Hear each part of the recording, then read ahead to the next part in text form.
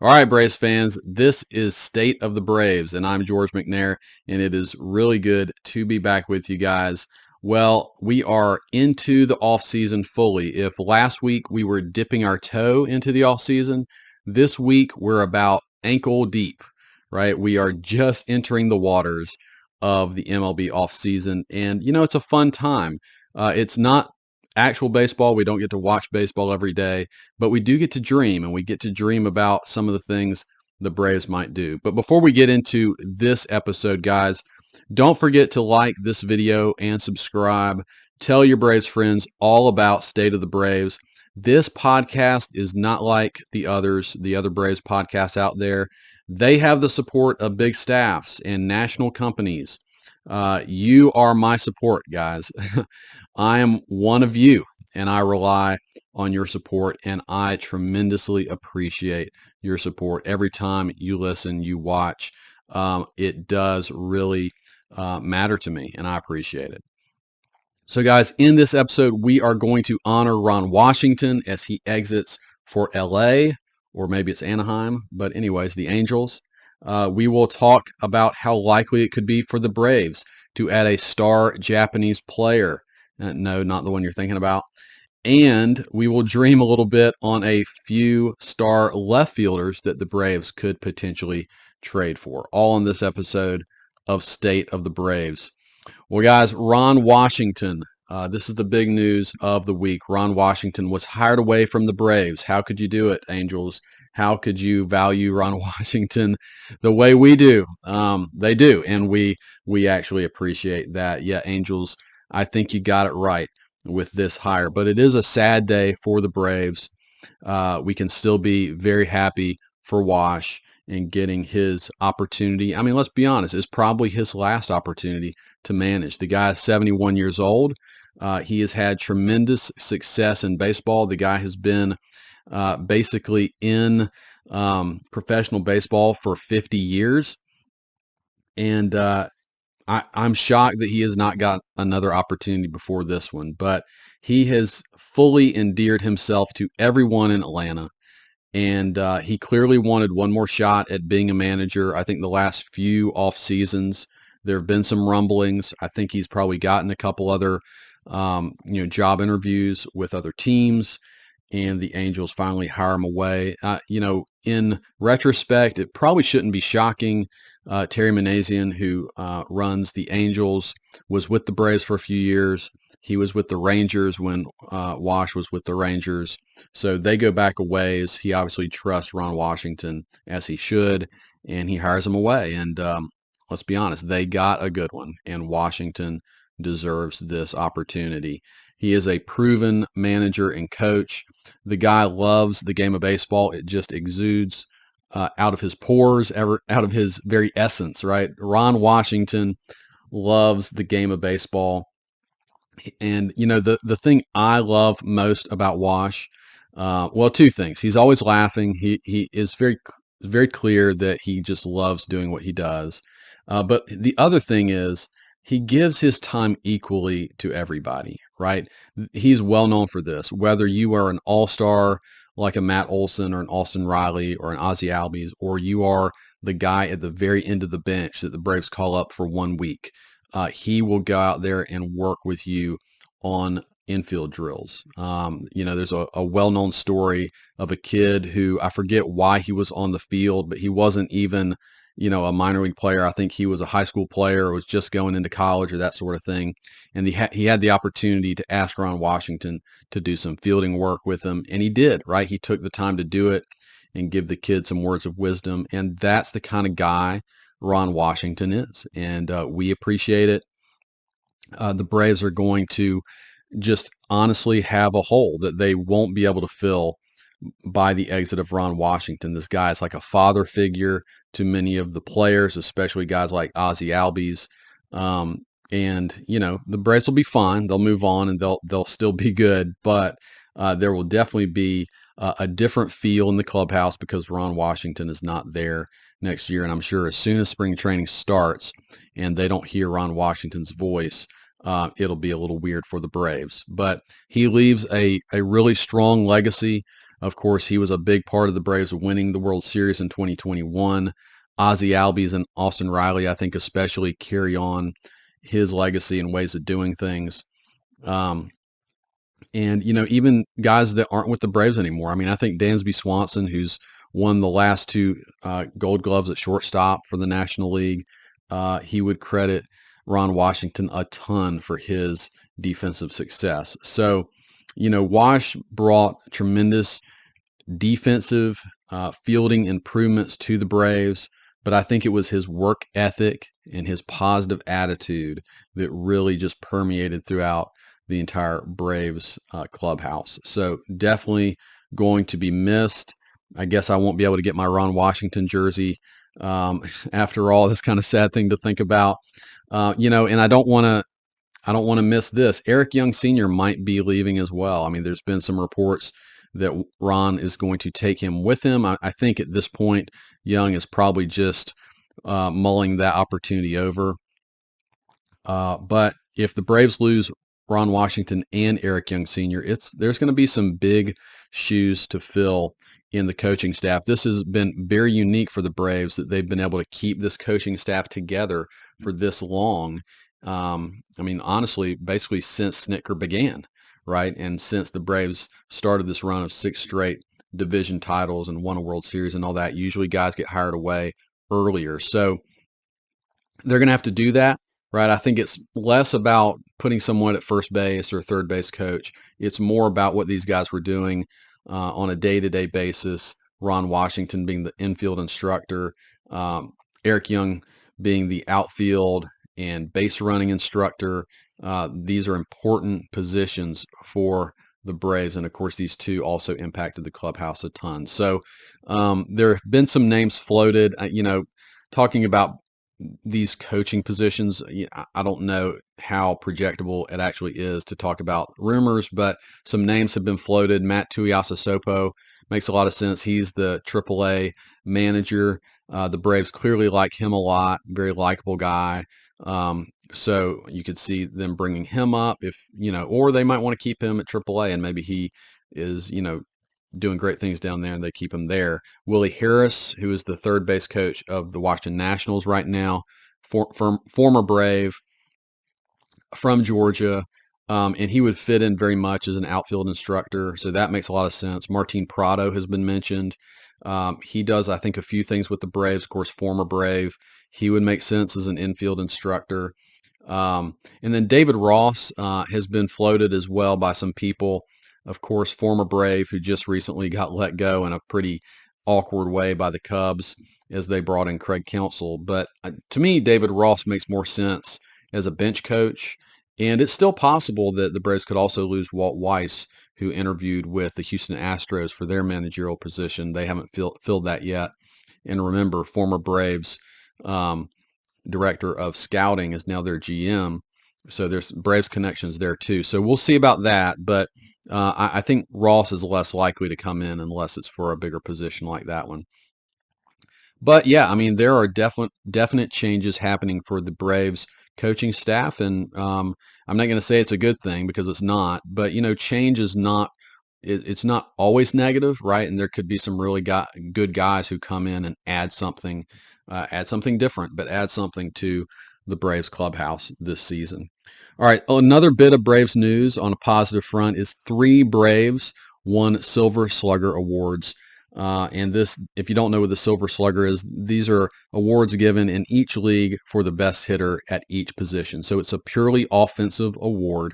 Austin Riley, Matt Olson, and Ronald Acuna each won the award for the Braves. This is Riley's second, Matt Olson's first, which was kind of hard to believe, and Ronald Acuna's third. So awesome for them. I think with Olson, him and Freddie Freeman are so close, both in MVP voting, I'm sure, and just offensively, it's pretty cool that Olson wins over Freeman for the Silver Slugger.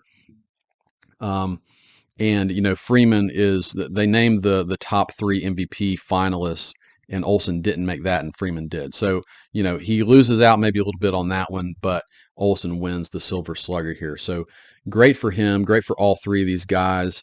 The Braves also won the first ever team Silver Slugger award, which to me is a little cheesy. I'm not going to talk it down too much. I mean, it's cool that the Braves won it, but that's not really a shock, right? Because the Braves had the best offense in baseball basically all year.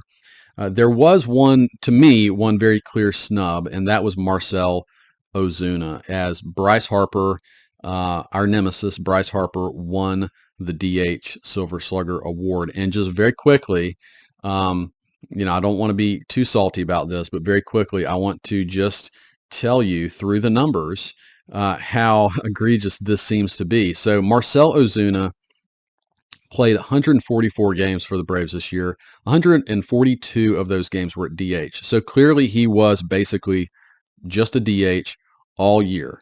530 at bats. He hit 274 with 40 home runs, a 588 slugging percentage, and a 905 OPS.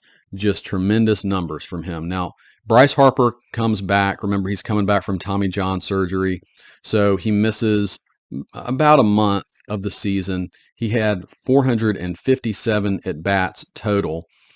He hit 293, 21 home runs, 499 slugging percentage, and a 900 OPS. So again, he has a better average. He actually had a better average and on base percentage than Ozuna, but Ozuna tops him in every other major offensive category. 40 home runs to 21, almost 100-point higher slugging percentage, slightly higher OPS. And on top of all that, Harper only played 89 games as a DH this season. He played 36 of them at first base. Of course, he was the first baseman throughout Philadelphia's playoff run. And so it's just pretty strange. Wait a second. What's MLB doing here? Maybe they love themselves some Bryce Harper so much that they needed to give him a Silver Slugger award and find a way to do it. He wasn't going to win at first base. So, and then the other part is maybe they do not like themselves some Marcell Ozuna. And again, the off the field issues, I understand why, but this is not supposed to be an off the field kind of award. Okay, this is not the Roberto Clemente Award. It is the Silver Slugger Award. And it seems to me, I'm no Marcell Ozuna apologist, but it seems to me that he deserved to win that award. Anyways, guys, I do want to also just pump up Austin Riley just a little bit. Guys, let's appreciate Austin Riley. Obviously, Matt Olson and Ronald Acuna had remarkable and historic years, but I think Austin Riley sometimes, not that he gets forgotten, but he's just kind of the third wheel in these star players. And I wanted to ask the question, is he the best third baseman in baseball right now? I think you can at least make the argument. I'm not sure it's a clear yes, but man, he is really good. I mean, you might think about Jose Ramirez for Cleveland. You might think about Rafael Devers for Boston. And in the past, you might think of Arenado in St. Louis or Manny Machado in San Diego, but they both had down years. And Austin Riley just keeps plugging along, 26 years old. And he's already had 3 straight great seasons back to back. So guys, again, this is his second Silver Slugger Award. He was a Gold Glove finalist for the first time this year. Over his last 3 seasons, he has averaged 5.2 FWAR, and he's likely going to finish for a third straight season with top 10 in MVP votes. So just awesome stuff from Austin Riley. He also, defensively, again, he's a Gold Glove finalist. He doesn't win it, but he's a Gold Glove finalist. He just had his first positive value defensive season, according to Fangraphs, which just makes his offensive numbers pop that much more. And I always think if Austin Riley could ever have a season where he avoids that long 2-month, that 2-month long slump that he tends to find himself in each year, he could win an MVP, because when he's going right, he is one of the best power hitters in all of baseball. I think he could basically have a season like Matt Olson just had. And he hits for a little higher average than Olson. So anyways, Austin Riley, awesome season. Appreciate you. And he is, he's just such a good dude and a real important piece to the Braves core.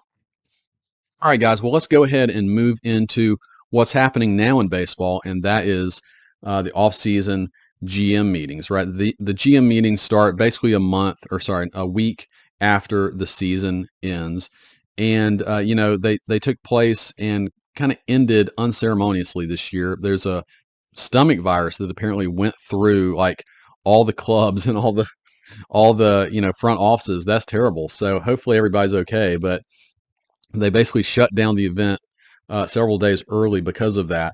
Nonetheless, I think some important news came out, even though you haven't had a lot of signings happen yet. Some important, maybe under the radar news came out. And so what I'm talking about is several teams, including the Brewers, Twins, and Padres, all put out in statements that they plan to reduce their payroll this season. Meanwhile, the Braves have announced that they will be continuing to increase their payroll. They did this last year. Last year was the first year that they had ever entered the payroll tax penalty. And the fact that they are willing to increase their payroll even more is just very encouraging as a Braves fan. It might not mean that they're going to be crazy aggressive, like going after Shohei Ohtani, but it means that they're certainly willing to, they're making a lot of money. We know, Braves fans, that the Braves are making a lot of money through the battery and that sort of thing. And the idea that the Braves are willing to just continue to, step by step add to this payroll is a really good thing.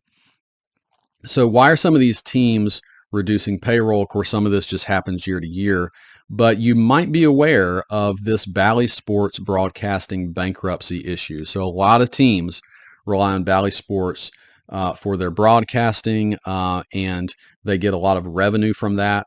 Now that Bally Sports is entering bankruptcy, some teams are fearful that they're not going to get that revenue, at least not quickly. And so especially teams that rely on this money more heavily are really in a precarious position, right? And I think particularly teams with small regional fan bases are hurt more. And so all three of these teams fit into that. The Brewers, the Twins, the Padres all have pretty small regional fan bases, and they really do rely on this money. Now, the Padres are in a particularly bad situation financially. They already have been just spending tremendous amounts of money, are highly leveraged with the guys that they have on their roster right now. You guys might remember that they went out and got Juan Soto 2 seasons ago from the Nationals and gave up a lot of prospects for him. And suddenly Soto is entering his final season of arbitration, and he's going to make $30+ million this season. So obviously $30 million is not a small amount of money. He's only going to be there one more year. It's questionable that the Padres will be able to compete with the likes of the Dodgers and the Diamondbacks and the other teams in their division. So a lot of people think that they are going to try to trade Juan Soto, which would be major news, right? And he could impact any team that he goes to. That's kind of obvious. But the fact that he is making $30+ million really makes him more attainable. And, I'm going to talk a little bit about whether he would possibly be a fit for the Braves. Of course, he'd be a fit for any team, but if the Braves would actually be willing to go get him. But the Brewers, let me go to them real quick, right? They say basically anyone on their roster could be moved. And this is curious to me. The Brewers just generally, right? They lose Craig Counsell, their manager, to the Cubs. He basically gets poached, and now the Brewers don't have a manager. And for some reason, this is causing them to lose their minds. And they also lost, some guys in their front office who went to the Mets. So a lot has happened to the Brewers that I think just the leadership is maybe just feel like they're floating out there with no direction. But the fact is, it sounds like the Brewers are ready to tear some things down. Now, maybe not fully. The Brewers have always been a team, because they're a small market team, that if one of their better players gets within a year of free agency, they're probably going to trade that guy. They did it with Josh Hader, pretty recently. So maybe that was already going to happen, and then with Craig Counsell leaving, it just speeds up that process, or it intensifies it. But the Brewers have a ton of really good players that a lot of teams, including the Braves, would be really interested in acquiring. I mean, Corbin Burns, I've mentioned him in the past.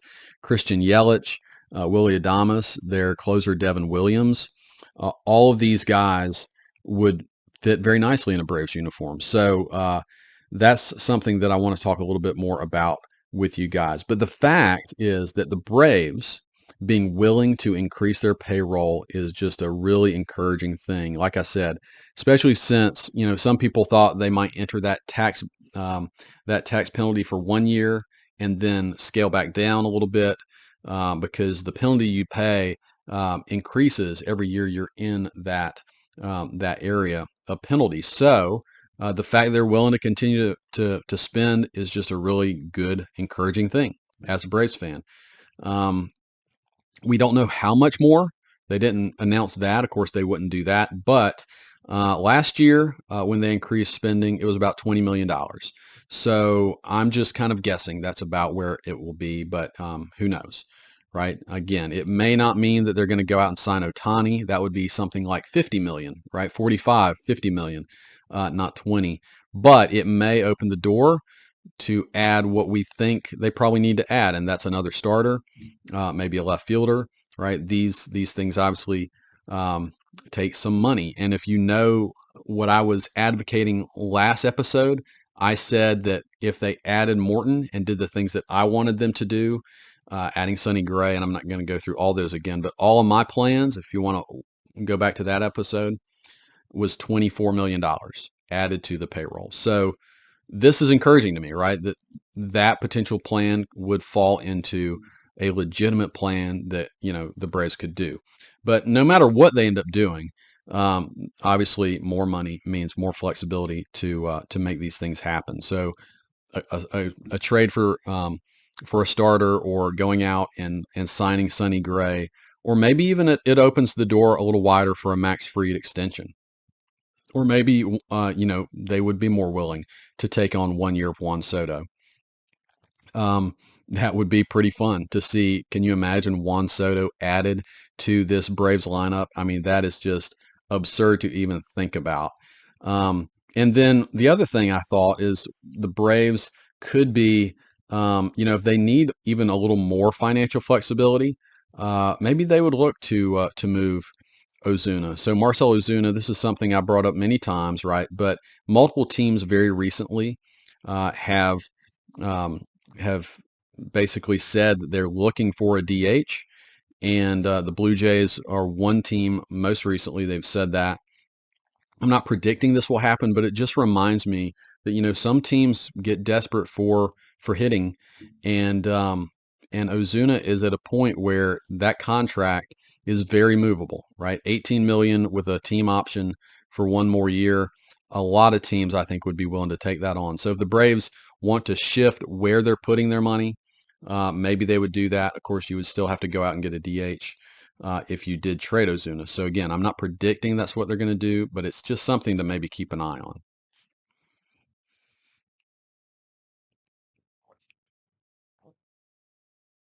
All right, guys. So another thing that, of course, has happened in this past week is that the Braves made all of their option decisions, right? You had about 4 or 5 Braves up for, are the Braves going to accept or decline the options that they had on these players? And Charlie Morton is the only player that the Braves accepted his option. So his 1 year, $20 million option was accepted. So Charlie Morton will be back for 1 more year. You might remember from my last episode, I was hoping the Braves would do this. Again, $20 million might sound, well, it is a lot of money, but for a starter in today's game, it really is about market value for what Charlie Morton has been. I mean, at this point, I view him as a 4th starter in the Braves rotation. He's a guy that I think is fringy as to whether he could give you a postseason start, simply because he hasn't been able to be relied upon to do that. I mean, obviously this last season with the finger issue, but also he's 40 years old, right? You pitch 180 innings and you're 40, and who knows whether you're going to be available and effective to pitch in the postseason. But I do think he's still going to give them quality innings. And even if he takes a step back in his performance this year, I still think it makes sense to plug him in to the rotation. So all that being said, Charlie Morton will be back, but the Braves certainly are still in need of a playoff game caliber starter. And I've mentioned Sonny Gray several times. I still think he's a great fit for the Braves. But, last episode, there were a couple guys I didn't mention. Not all of them. Some of them I don't think necessarily are good fits for the Braves, and that's why I didn't mention them. I'm going to talk about those guys a little bit. But I also want to mention one guy that I'm becoming more and more intrigued about, and that is Yoshinobu Yamamoto. And hopefully I said his name well. But Yamamoto is a 25-year-old dynamic right-handed pitcher coming out of Japan, probably the best Japanese player to come out of Japan since Ohtani. And some people are saying simply in terms of his pitching, he might be a better pitcher than Ohtani. So that's quite interesting, right? MLB Trade Rumors does a top 50 free agent list every offseason. And what they mostly focus on is the contract number, right? So not so much are they trying to predict where the guy's going to land. They do that, but their focus is really about the years and the money total that a free agent might get. So it's not like they're perfect on that, but they're pretty good on it. So I wanted to lean on that for Yamamoto. So they project his contract to be at 9 years, $225 million. So again, what makes Yamamoto kind of unique is he's hitting free agency as a pitcher at the age of 25. That is incredibly young for any free agent pitcher. So giving him 9 years does make a lot of sense.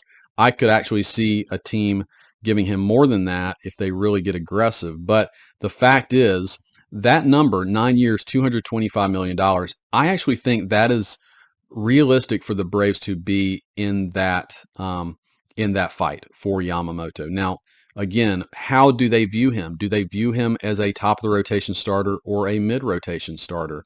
The Braves typically haven't been incredibly aggressive with Asian players, but I don't think that means they wouldn't consider it. Obviously, every guy is his own guy, and maybe they really like Yamamoto. I don't know. The other problem with signing Japanese players is you have to pay additional fees for their posting. It's just part of the system. You're basically paying his Japanese team to make him available. So without going into all of the nitty gritty of that, the Braves would probably have to pay around $30 million more over several years to his Japanese club. So you can tack that on to the additional, whatever you pay him for his services. So I'm not saying that this is likely, but I think it would be interesting to see the Braves get in on Yamamoto and his services. Most consider him at worst a 2 starter, and most think that he is probably an ace. His fastball sits in the mid 90s, 95, 96. He has a really great split finger pitch, and he also has a high quality curveball, which is unique among Japanese pitchers. So the other thing I really like about him, and the thing that I think the Braves would really like, he's incredibly difficult to take deep. He only gave up 2 home runs all of last season. So anyways, he is quite an interesting target for the Braves. A guy I have mentioned in the past, but I'll just mention him again because of this news with the Brewers, is Corbin Burnes. Again, guys, this is a ace level starter, but he is entering his final year under contract. So if you get Corbin Burnes, it is basically a 1-year rental.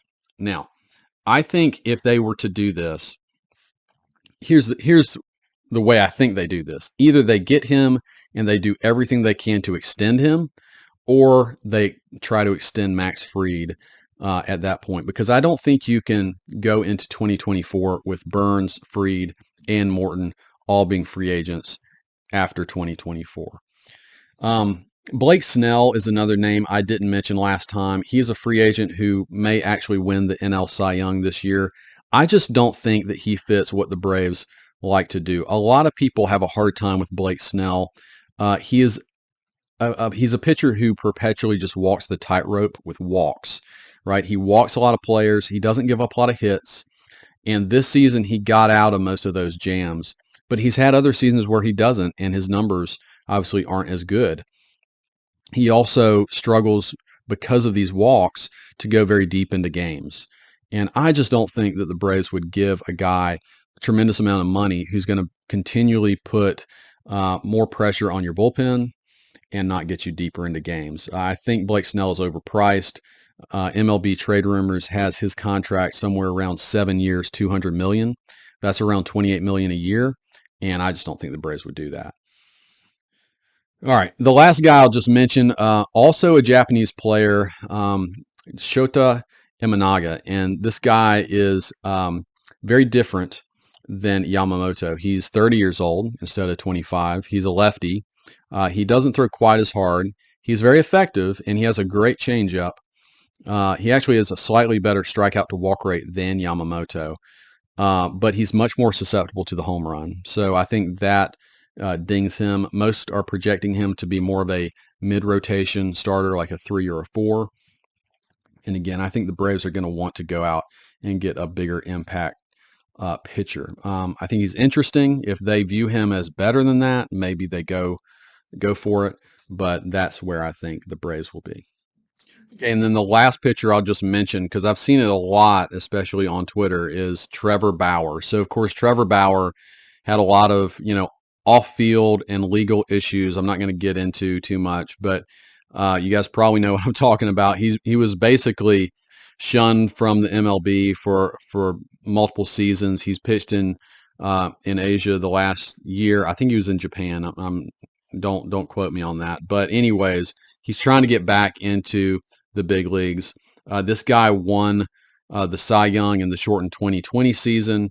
He's a former All-Star. He has not pitched in Major League Baseball for basically at least 2 full seasons. So I don't exactly know what you get out of him. And I don't know if, probably most teams don't want to touch him with a 10-foot pole. That being said, might the Braves? I don't know. I find it hard to believe they would want that kind of headache. The bigger thing to me with Bauer is not so much his legal issues, but he is kind of known to be a difficult dude in the clubhouse. And I just think that matters a lot to the Braves, right? And Alex Anthopoulos has said as much, that he really, being a solid dude, you don't have to be a perfect guy. Obviously, none of them are, but he does consider those things, and the impact that Trevor Bauer would have on the Braves clubhouse, I don't think he is an option. On paper, does it make sense? Yes. He's a talented pitcher, but I don't think the Braves are going to bring him in. All right, well, let's move on to left field. So, really quickly, Colin McHugh, Brad Hand, and Kirby Yates, all of their options were declined. I mentioned last time that with Joe Jimenez in that contract the Braves signed, it made these guys less likely to come back, and that ended up being true. It is possible that some of them could come back to the Braves on much smaller deals, but I think especially Kirby Yates will get a bigger deal from somebody else. But the bigger news was that Eddie Rosario had his option declined. I also thought this was likely, but it was probably closer to a 50-50 decision. You could argue either way. Eddie, of course, gave a tremendous amount to the Braves, especially in the 2021 postseason. But, it looks like Eddie is gone.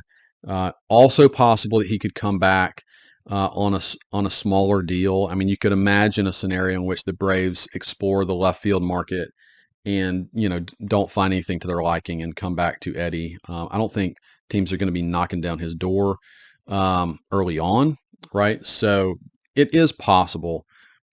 But I do think the Braves could find a better situation in left field. I've already mentioned that what I would do is I would put Vaughn Grissom in left field. He is obviously, as a young player, he's a cheap option, and I think he could probably give you a 3-WAR season. He's a good offensive player. He doesn't have a ton of power right now, but he's a doubles machine. He's a hits machine, and if he can, um, if he can man left field well enough defensively, he's certainly athletic enough to do it. It makes some sense. I just don't know what the Braves are going to do with that. It's incredibly likely that he's going to be traded this offseason, but it's really hard to gauge what the Braves are going to do with that. So let's talk about some other left field options that maybe I haven't talked about yet this year. The name I haven't really brought up much, is the best outfield free agent on the market this offseason, and that's Cody Bellinger. Now, personally, I would not sign Cody Bellinger for what he is going to get. Do you believe, guys, that Bellinger is who he was last year with the Cubs? I don't. He signed a 1-year deal with the Cubs. It was like a show me contract. He had a really good year.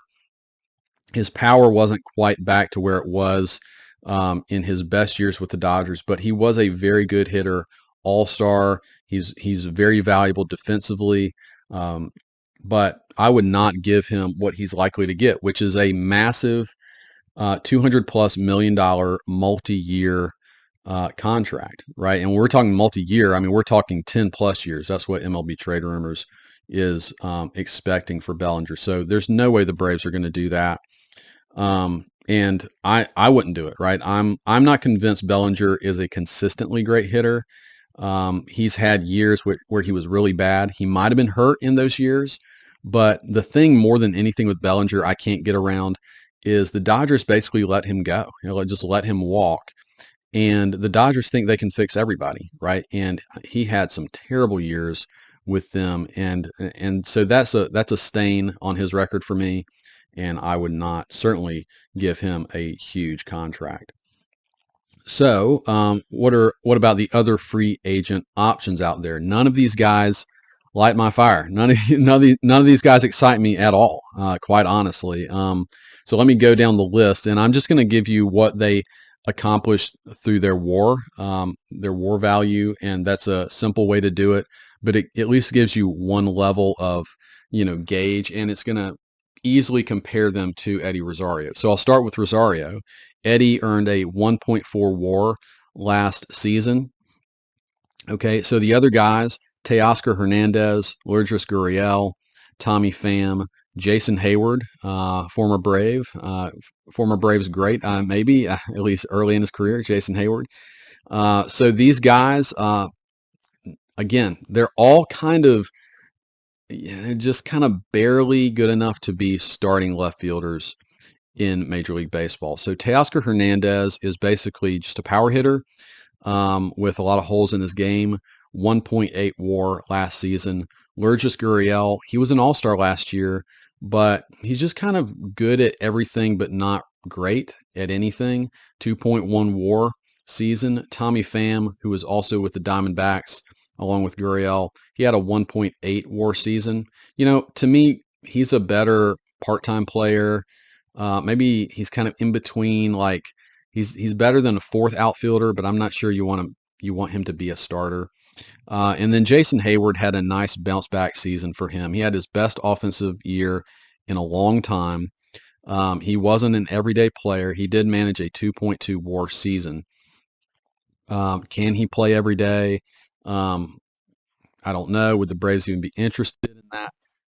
So I don't know, right? But the fact is, none of these guys really excite me or tell me, oh, that's a huge improvement over Eddie Rosario. They all might be a slight improvement over Eddie, but not a lot, right? And I'm looking for a little bigger impact than that. So my point is, the bigger impact is probably going to come through trade. If the Braves are going to trade, if the Braves are going to improve left field, I think it's coming through a trade this year. So the first guy I've already mentioned, and it's the elephant in the room, but it's Juan Soto, right?